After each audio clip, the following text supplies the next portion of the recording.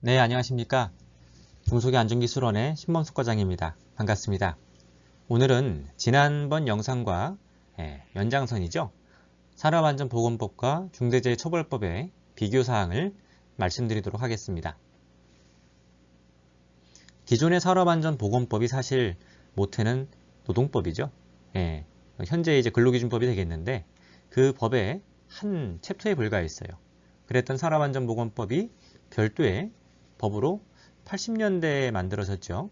그래가지고 현재 이루고 있는데, 그러면 현재 최근에 이제 제정돼 갖고 시행하고 있는 중대재해처벌법과 산업안전보건법이 어떻게 다른지 이제 말씀을 드리도록 하겠습니다.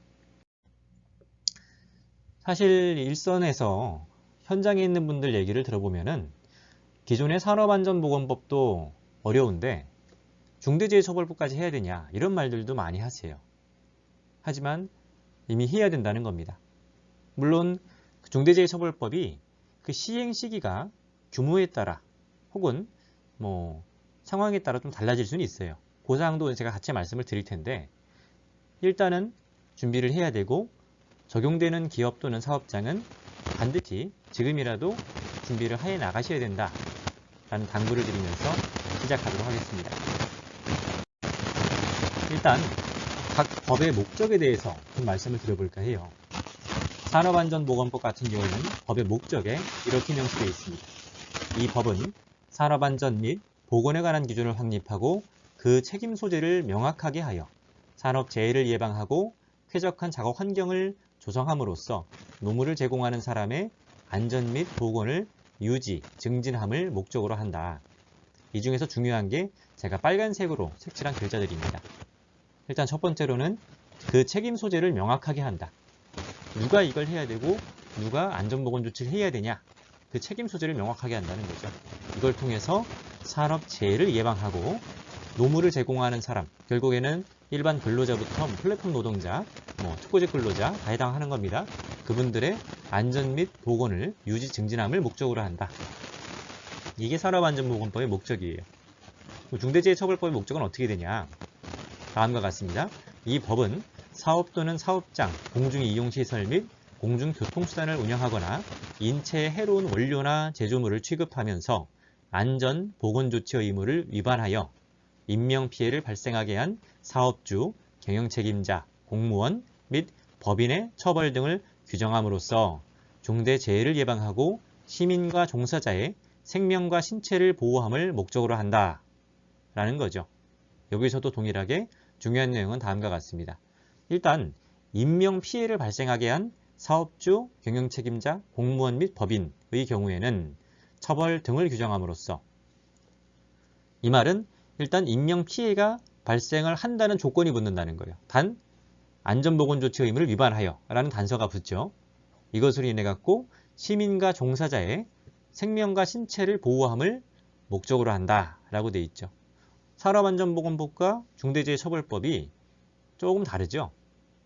일단 법 이름에 들어가 있듯이 중대재해처벌법은 처벌 등을 명확하게 규정한다. 다시 말하면 강화한다라고 볼 수 있습니다. 그래서 약간 강제성이라든가 파급력이 중대재해처벌법이 더 강하다고 볼 수 있죠. 이 두 가지 법을 각각의 항목별로, 요소별로 좀 비교를 하면 다음 표와 같습니다. 하나씩 살펴보겠습니다. 일단 의무 주체가 어떻게 되냐. 산업안전보건법은 사업주, 여기에는 개인 사업주 플러스 법인 사업주가 해당합니다. 중대재해처벌법 같은 경우에는 제가 앞서 영상에서 말씀드렸던 것처럼 개인 사업주 그리고 경영책임자 등이 해당한다. 그리고 여기에는 이제 중앙행정기관장, 지방자치단체장, 지방공기업장, 공공기관장들도 해당한다. 그럼 보호 대상은 어떻게 되냐? 산업안전보건법은 근로자, 수급인의 근로자, 특수형태 근로자가 해당이 되고요. 중대재해처벌법 같은 경우에는 일반 시민부터 근로자, 노무제공자, 수급인의 근로자 및 노무제공자, 훨씬 커버하는 범위가 넓어졌죠. 그만큼 준비하거나 대책을 세워야 되는 것들도, 안전보건 조치를 해야 되는 것들도 더 늘어났다라고 보셔야 됩니다. 그리고 재해 정의가 어떻게 되냐.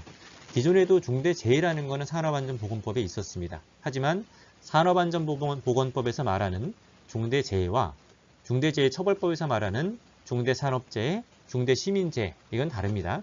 자, 하나씩 보겠습니다. 산업안전보건법에서 말하는 중대재해는 산업재해 중에서 다음 세 가지에 해당합니다. 사망자가 1명 이상 발생되거나 3개월 이상 요양이 필요한 부상자가 동시에 2명 이상 발생되거나 부상자 또는 직업성 질병자가 동시에 10명 이상 발생됐을 때 중대재해라고 합니다. 참고로 산업재해는 다들 아시겠죠? 노무를 제공하는 자가 업무와 관계되는 건설물, 설비 등에 의하거나 작업 또는 업무로 인하여 발생한 사망, 부상, 질병 등을 말합니다. 제가 앞서 영상에서 말씀드렸죠. 중대산업재해와 중대시민재해의 그 각 기준들 세 가지씩 제가 되어 있는 걸 말씀을 드렸었죠. 그 내용은 동일하니까 넘어가겠습니다. 그럼 적용 범위가 어떻게 되냐? 산업안전보건법 같은 경우에는 전 사업장에 적용됩니다. 물론 세부적인 어떤 항목들 요소별로는 규모에 따라서는 좀 차등이 있습니다. 하지만 기본적으로 산업안전보건법은 전 사업장에 적용이 된다. 반면 중대재해처벌법은 상시근로자 수에 따라 가지고 조금 다릅니다. 상시근로자 수가 50인 이상인 사업장, 여기 사업장이라고만 돼 있는데 사업도 해당합니다. 결국에는 우리 그룹사 전체가 임직원이 50명 이상이다. 그러면은 상시근로자 수가 50명 이상이기 때문에 이미 2022년 1월 27일부터 시행한다고 봐야죠. 그리고 상시근로자 수가 50인 미만인 사업 및 사업장의 경우에는 24년 1월 27일부터 시행을 이제 적용받습니다. 그렇기 때문에 우리 기업의 전체 상시근로자 수가 50인 미만이다. 그러면은 24년 1월 27일까지는 중대재해처벌법에서 요구하는 사항들을 최대한 다 준비하고 충족을 해놔야 됩니다. 이미 50인 이상인 사업 또는 사업장의 경우에는 금년도 1월 27일부터 시행을 하고 있는 거고요. 그러면 적용 제외는 어떻게 되냐? 산업안전보건법은 일단 넘어가고요. 중대재해처벌법 같은 경우에는 상시근로자 수 5인 미만 사업장의 경우에는 적용이 제외된다. 이거는 중대산업재해일 때 해당이 됩니다. 그리고 상시근로자 수가 10인 미만인 소상공인 사업장, 교육시설, 영업 바닥 면적이 1000제곱평방미터 미만의 다중이용업소, 사업장 등의 경우에는 적용이 제외됩니다. 그러면 법에서 말하는 의무 내용, 어떻게 보면 책임이겠죠? 그런 건 어떻게 되냐? 산업안전보건법에는 사업주의 안전조치와 보건조치로 세부적으로 나눠놓고 있습니다. 산업안전보건에 관한 규칙에서 구체적으로 규정을 하고 있는 건데요. 총 680여 개 조문에 달합니다. 예를 들어 난간의 높이가 몇이어야 되는지, 난간의 두께는 몇 cm여야 되는지, 난간이 옆에서 받는 하중은 몇 cm, 얼마나 버틸 수 있어야 되는지 킬로그램이, 그런 것들 하나하나 다 이제 구체적으로 규정을 하고 있는 거죠. 반면 중대재해처벌법은 제가 지난 시간에 설명드린 사업주, 경영책임자 등의 안전보건 확보 의무를 의무 내용으로 요구하고 있습니다. 제가 지난번에 말씀드렸던 것처럼 이 중에서 중요한 거는 이 네 가지 중에 첫 번째와 네 번째에 해당하는 내용들이죠. 인력 예산, 점검 등의 안전보건관리 체계 구축 및 그 이행에 관한 조치, 요거 하나랑 또 네 번째로 안전보건 관계 법령에 따른 의무 이행에 필요한 관리상의 조치를 꼭 잘 챙겨보셔야 된다 라고 제가 지난번 시간에도 말씀을 드렸었습니다. 그럼 처벌이나 양벌 규정은 어떻게 되냐? 여기에는 자연인과 법인 또는 기관으로 나눠서 보시면 좋겠습니다.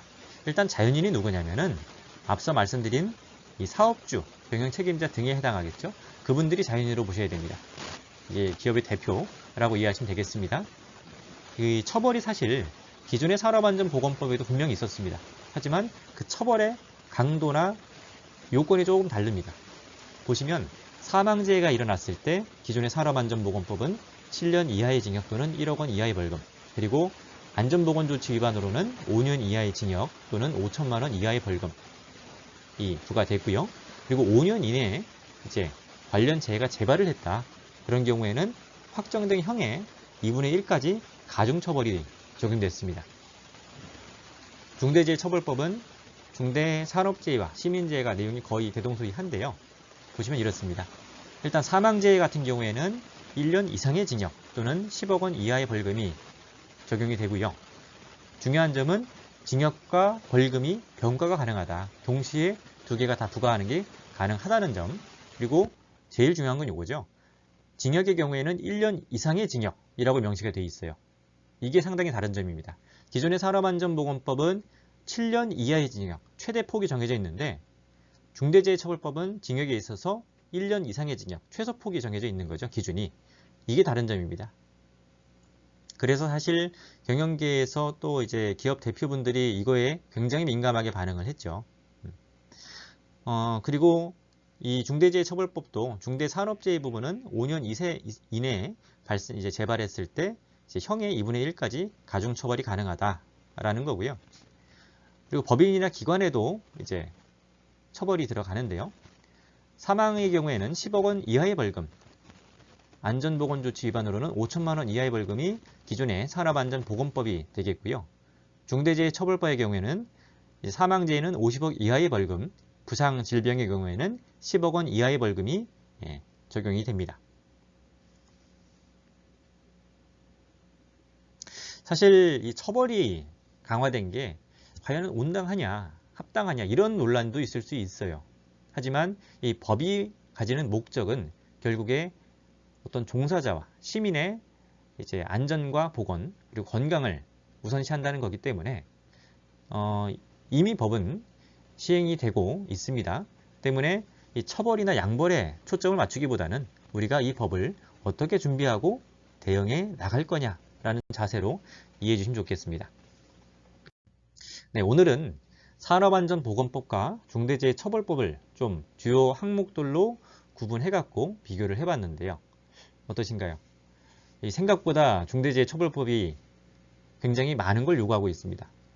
이 문장은 짧지만 그 짧은 문장에서 요구하는 것들은 굉장히 광범위한 내용들을 담고 있다는 거죠.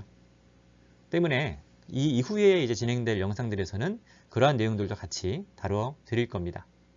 자, 그럼 다음 시간에는 이 중대재해처벌법이 시행되면서 발생되는 영향이나 우려사항에 대해서 제가 또 말씀을 드리도록 하겠습니다.